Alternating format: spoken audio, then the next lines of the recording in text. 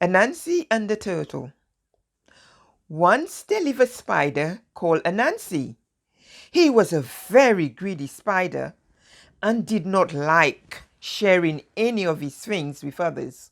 One day, he collected some lovely yams from his garden and cooked them with utmost care. The delicious smell of the yams made Anansi hungrier. He somehow managed to wait till lunchtime. Just as he sat down to consume his delicious meal, he heard a knock at his door, and Nancy was irritated and opened the door hurriedly. It was the turtle standing at the door. He has been traveling for a very long time and looked very tired and hungry. Hello, Anansi. What are you cooking? I can smell something really delicious, the turtle said. Oh, I have cooked some yams for lunch, Anansi said reluctantly. Oh, can I please stay for lunch? I am hungry and tired of all the traveling, the turtle said. Anansi was not willing to share his food with the turtle, but it was a custom in the country to share food with visitors who come during lunch or dinner hours. So Anansi could not refuse. Nevertheless, he was determined not to share his delicious yam with the turtle. Please have a seat and enjoy your meal, Anansi said to the turtle.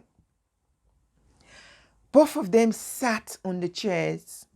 The turtle was about to help himself to a share of the yam when Anansi suddenly stopped him. Don't you know that you must clean your hands before you touch your meal? Please wash your hands before you eat, Anansi instructed the turtle. The turtle took a look at his hands and saw that they were full of dirt, as he has been walking for a very long time. He went to a nearby river and returned after washing his hands. Anansi had already started his meal. The yams were getting really cold, so I started my lunch. Please join me now, Anansi said.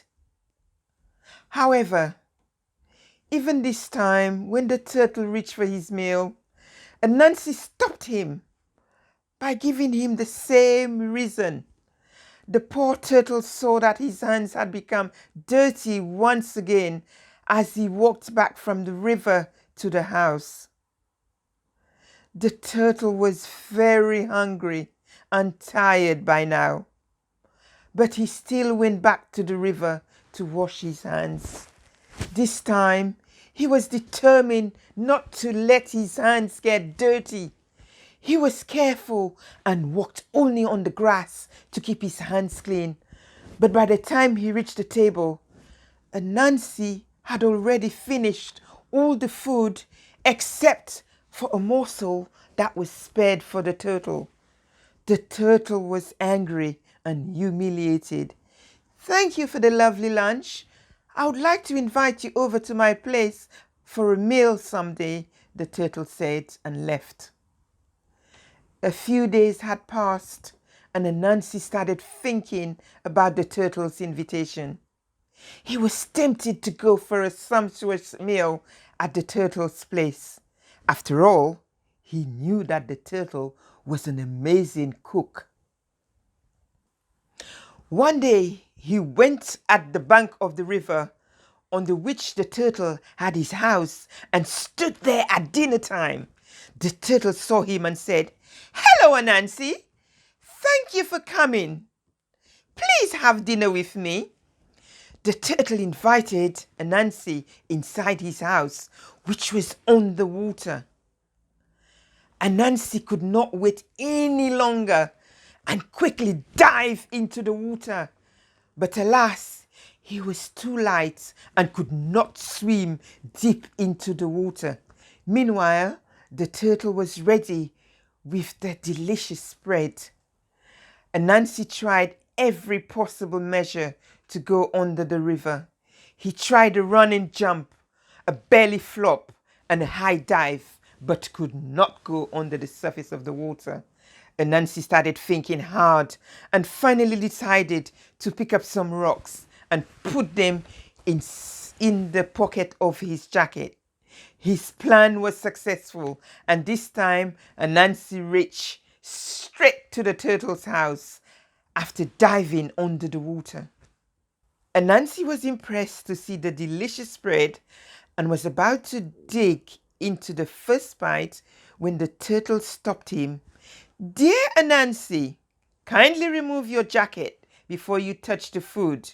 In our custom, we do not eat with our jackets on," the turtle said. Anansi saw that even the turtle was not wearing his jacket. Anansi removed his jacket, which was full of rocks and pebbles, and within no time, he went pushing up to the surface of the water.